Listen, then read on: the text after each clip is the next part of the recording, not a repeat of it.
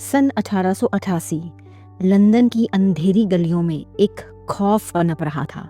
रात होते ही लोग अपने घरों में बंद हो जाते थे क्योंकि बाहर कोई था, एक ऐसा हत्यारा जो बिना कोई निशान छोड़े लोगों को मार रहा था।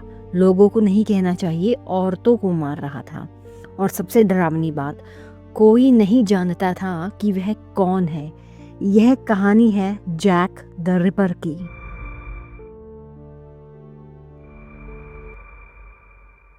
सन 1888 का लंदन, व्हाइट चैपल की तंग गलियां, जहां गरीबी, अंधेरा और उदासी एक साथ रहते थे।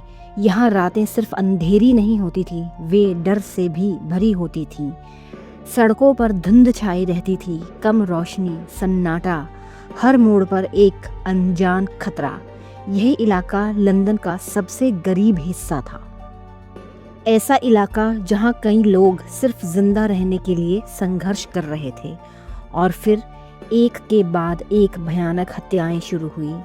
लोगों ने कहना शुरू किया, यह कोई आम अपराधी नहीं है, यह कोई ऐसा है जो अंधेरे में छिपकर शिकार करता है और बिना कोई निशान छोड़े गायब हो जाता है। फिर धीरे धीरे पूरे इलाके में एक नाम फैलने लगा, जैक द रिपर। एक ऐसा नाम जो सुनते ही लोगों के रोंगटे खड़े हो जाते थे। और अब लंदन की इन अंधेरी गलियों में सिर्फ अंधेरा नहीं था, यहाँ खौफ भी बस चुका था। पहली हत्या और खौफ की शुरुआत 31 अगस्त 1888 की सुबह व्हाइट चैपल की एक सुनसान गली में एक महिला का शव मिला। उसका नाम था मैरी एन निकोलस। वह गरीब थी और अपनी जिंदगी की कठिनाइयों से जूझ रही थी। लेकिन जिस हालत में उसका शव मिला, उसने पुलिस और पूरे इलाके को हिला दिया।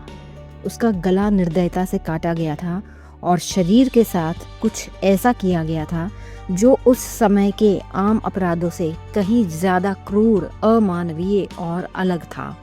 गले के ऊपर 2 से 3 गहरे वार किए गए थे, जिससे उसकी सांस की नली और खाने की नली कट चुकी थी। छाती पर चाकू से वार किए गए और पेट पर भी वार किए गए। वह सिर्फ एक हत्या नहीं थी, बल्कि एक ऐसा तरीका जो किसी गहरी मानसिकता और इरादे की ओर इशारा कर रहा था। पहले तो पुलिस ने सोचा यह एक सामान्य घटना हो सकती है, लेकिन कुछ ही दिनों बाद एक और शव मिला, फिर एक और। धीरे धीरे यह साफ होने लगा, यह कोई आम हत्यारा नहीं है, यह कोई ऐसा है जो एक खास तरीके से अपने शिकार को चुन रहा है। इन हत्याओं में एक अजीब पैटर्न दिखाई देने लगा।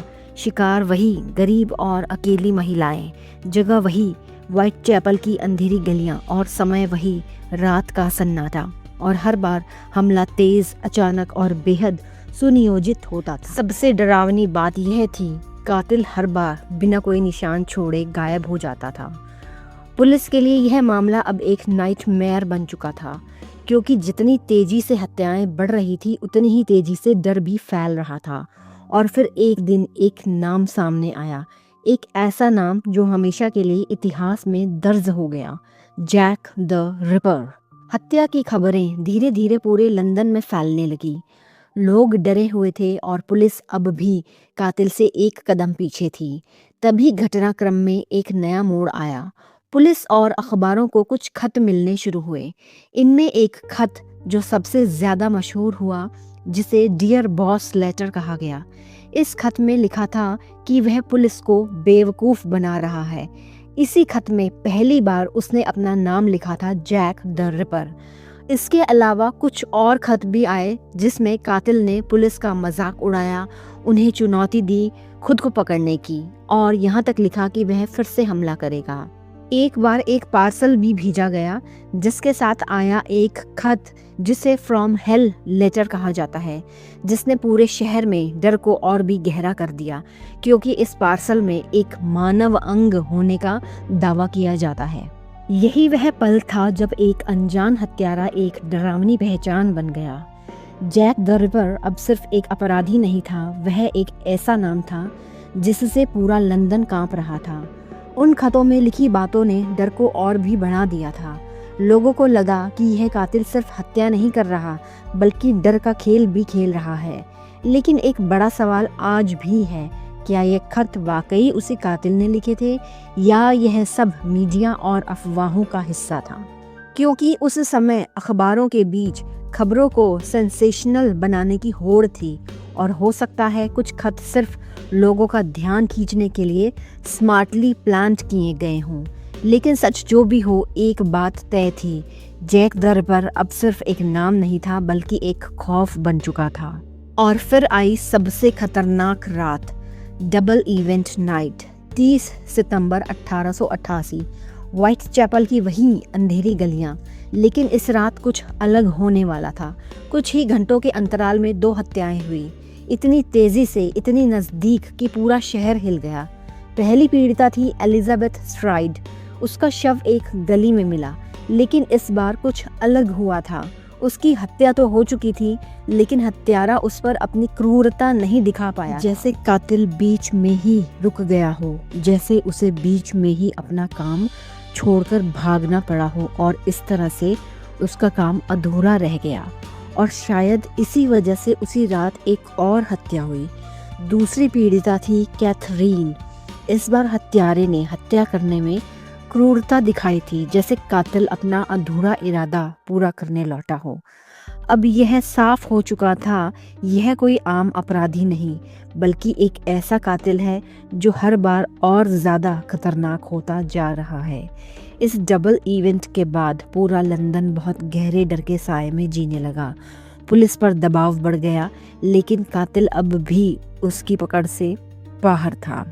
और सबसे डरावनी बात, यह सब अभी खत्म नहीं हुआ था। फिर आया नवंबर 1888।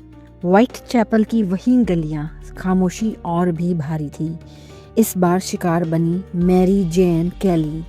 यह हत्या अब तक की सबसे डरावनी हत्या थी, क्योंकि शायद इस बार उसे समय मिला था और यही वजह थी कि वह बहुत अधिक क्रूरता दिखा पाया था।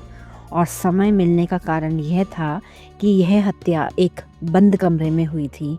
इस घटना के बाद अचानक सब कुछ रुक गया।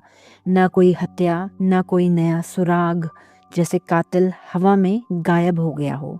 इसी बीच बहुत से लोग खुद को जैक द रिपर होने का दावा करते रहे, जो कि सरासर झूठ निकले।